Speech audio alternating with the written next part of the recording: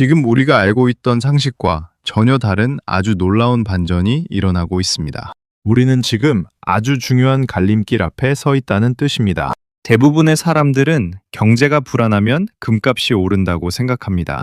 언론은 연일 전쟁 때문에 금값이 뛴다고 보도하고 전문가들조차 인플레이션 때문이라고 입을 모아 말하거든요. 그런데 정말 그럴까요? 진실은 전혀 다릅니다. 우리가 알고 있던 사실 뒤에는 아주 놀라운 반전이 숨어 있습니다. 오늘 영상에서는 사람들이 절대로 눈치채지 못하는 금과 은 가격의 진짜 비밀을 밝혀보겠습니다. 2025년 5월에 금 가격은 3,200달러였습니다. 그런데 불과 1년도 안 된 지금 5,000달러를 돌파했습니다. 어떨까요? 은은 32달러에서 80달러까지 치솟았습니다. 무려 152%가 오른 겁니다. 단순히 전쟁 때문일까요? 아닙니다. 이 숫자가 말해주는 건 우리가 알던 공식이 완전히 무너졌다는 뜻입니다. 이걸 모르면 열심히 번 돈을 지키지 못하고 계속 속을 수밖에 없습니다. 오늘 이 이야기가 여러분의 자산 운명을 바꿀 테니 끝까지 집중해 주십시오. 자, 먼저 우리가 알고 있던 상식부터 깨부숴 보겠습니다. 흔히들 전쟁이 나면 금값이 오른다고 하잖아요. 그런데 2022년 러시아와 우크라이나 전쟁이 터졌고 물가 상승률은 9.1%까지 치솟았습니다. 상식대로라면 금값이 하늘을 뚫어야 했습니다. 하지만 실제로는 어땠나요? 금값은 생각만큼 움직이지 않았습니다. 왜였을까요? 시장은 전쟁보다 이것의 눈치를 보고 있었기 때문입니다. 바로 미국 중앙은행 연준의 금리입니다. 쉽게 설명해 드릴게요. 최물금은 이자가 없습니다. 그러니 은행 금리가 올라가면 사람들은 굳이 금을 들고 있을 이유가 없거든요. 꼬박꼬박 이자를 주는 예금이나 채권으로 돈이 몰리는 거죠. 반대로 금리가 내려갈 것 같으면 다시 금이 인기를 얻습니다. 결국 전쟁 그 자체보다 금리가 어떻게 변할지에 대한 사람들의 기대가 금값을 움직이는 진짜 엔진이라는 겁니다.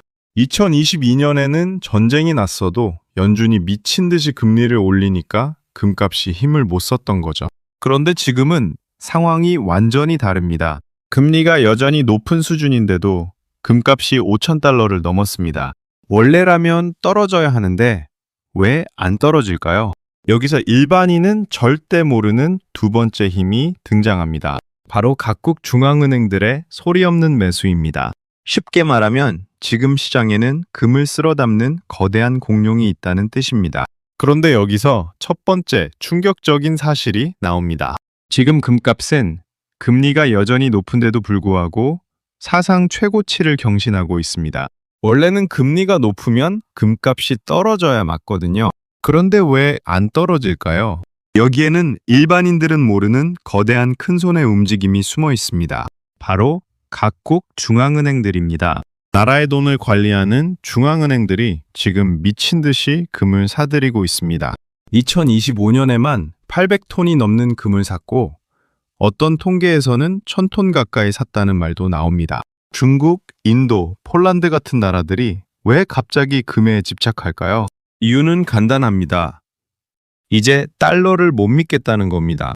러시아 자산이 동결되는 걸 보면서 달러는 언제든 무기가 될 수 있다는 걸 깨달은 거죠. 그래서 달러 대신 금을 창고에 쌓고 있는 겁니다. 이게 바로 금값을 밑에서 든든하게 받쳐주는 숨겨진 진실입니다. 우리가 마주한 현실은 둘 중 하나가 아니라 어쩌면 두 가지가 동시에 겹쳐지는 아주 고약한 모습에 더 가깝거든요.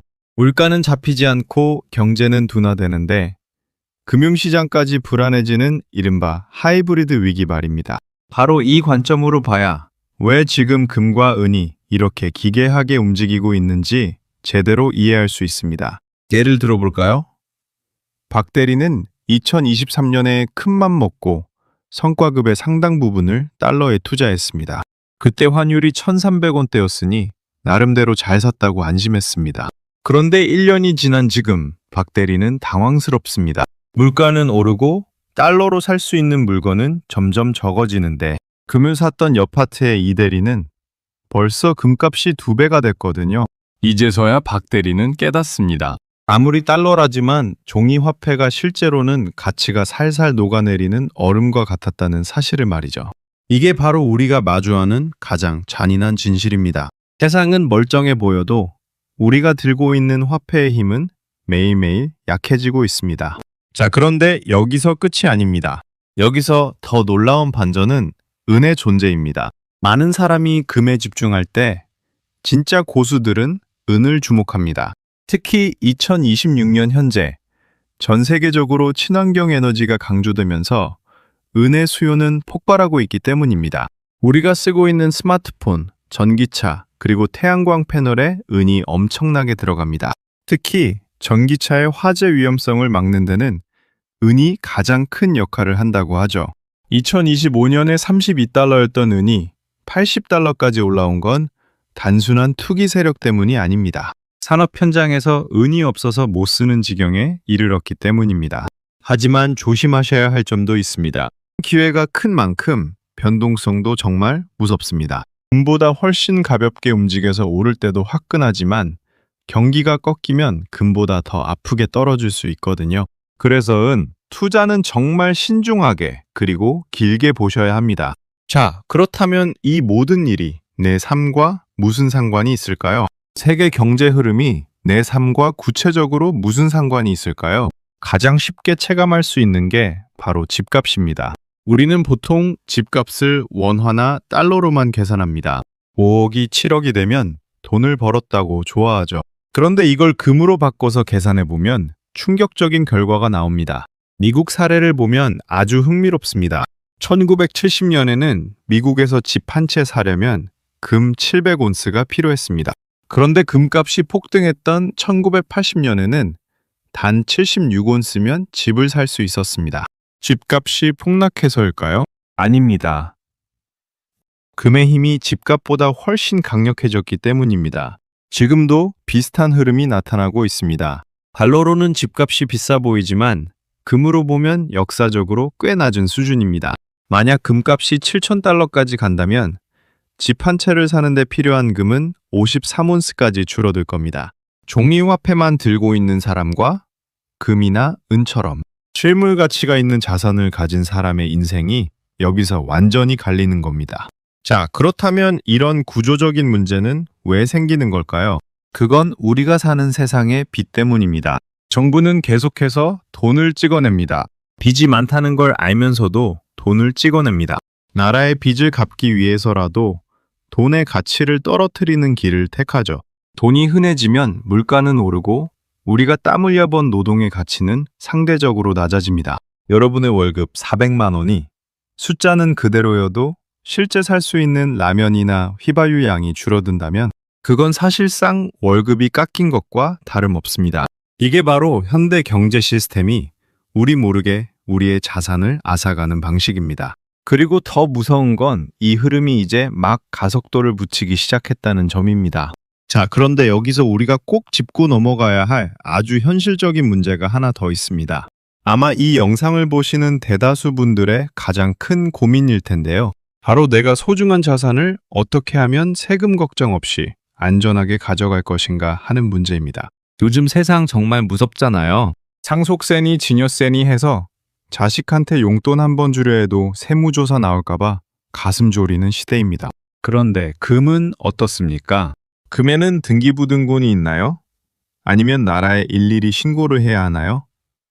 아닙니다. 금은 누가 들고 있느냐가 곧 주인을 증명하는 무기명 자산입니다. 내가 은퇴하고 나서 자녀 결혼할 때 혹은 귀한 손주 돌잔치 때 실물 금 한 돈씩 쥐어주는 것. 이건 단순히 돈을 주는 게 아닙니다. 세금이라는 칼날을 피해 미래의 든든한 보험을 들어주는 가장 지혜로운 사랑의 전달 방식입니다. 현금 500만 원은 금방 써버리지만 금 한 덩이는 절대 함부로 써서는 안 될 비상금이라는 심리적 마지노선이 되거든요. 이게 바로 우리들이 금에 주목해야 하는 진짜 이유입니다. 그럼 이제 좋은 건 알겠는데 어디서 사야 속지 않느냐고 물으실 겁니다. 제발 부탁드리는데 동네 금은방 가서 비싸게 사지 마십시오. 세공비니 마진이니 해서 10% 넘게 손해보고 시작하니까요. 가장 똑똑한 방법은 딱 하나. 나라에서 운영하는 한국거래소 KRX 금시장을 이용하는 겁니다. 여러분이 주식 거래하시는 스마트폰 앱 있죠? 거기서 금 현물 계좌 하나만 만들면 주식 사듯이 1g 단위로 금을 살 수 있습니다. 수수료가 세상에서 제일 싸고 나중에 금값이 올라서 팔 때 버는 매매 차익에 대해서는 세금을 단 한 푼도 내지 않습니다. 나라에서 공인한 포나인 순도라 믿을 수 있고 나중에 원할 때 실물로 직접 찾을 수도 있으니 이보다 안전하고 확실한 방법은 없습니다. 자, 정리해 보겠습니다. 오늘 우리가 확인한 숨겨진 진실은 명확합니다. 첫째, 금값은 단순히 뉴스 한두 개로 움직이는 게 아니라 화폐 시스템에 대한 불신과 금리 기대감이 결합된 결과입니다. 둘째, 각국 중앙은행들이 달러를 대신할 안전판으로 금을 선택했다는 건 거대한 시대적 변화입니다. 셋째, 은은 가치 저장 수단을 넘어 산업의 핵심 자산으로 그 위상이 완전히 달라졌습니다. 그렇다면 우리는 이제 무엇을 해야 할까요? 무턱대고 전 재산을 금에 쏟아부으라는 말씀이 아닙니다. 핵심은 준비입니다. 많은 자산관리 전문가들이 조언하는 것처럼 전체 자산의 5%에서 10% 정도는 보험을 드는 마음으로 실물 자산에 배분하셔야 합니다. 이건 돈을 벌기 위한 공격적인 투자가 아니라 내 평생의 노력이 담긴 자산이 녹아내리지 않도록 지키는 방어막입니다. 어떤 분들은 실물금을 사서 장롱에 넣어두시기도 하고 어떤 분들은 주식처럼 편하게 사고 팔 수 있는 금 ETF를 활용하시기도 합니다. 방식은 달라도 좋습니다. 중요한 건 종이화폐라는 한 바구니에 내 모든 인생을 담지 않는 결단입니다. 모르는 게 약인 시대는 이미 지났습니다. 이제는 아는 것이 생존이고 아는 것이 힘입니다. 오늘 이 영상을 보신 여러분은 이제 남들이 보지 못하는 돈의 이면을 보게 되셨습니다. 세상이 떠드는 소란스러운 뉴스에 휘둘리지 마십시오. 숫자에 속지 마시고 그 뒤에 숨겨진 진짜 가치를 보셔야 합니다. 마지막으로 당부드립니다. 위기는 준비하지 않은 자에게는 모든 것을 앗아가는 재앙이지만 준비한 자에게는 다음 단계로 넘어가는 기회가 됩니다. 역사적으로 큰 부의 이동은 늘 조용히 시작됐고 대부분의 사람들은 그것이 끝난 뒤에야 깨달았습니다. 여러분은 그 실수를 반복하지 않으셨으면 합니다. 지금 당장 내 자산 현황을 점검해 보십시오.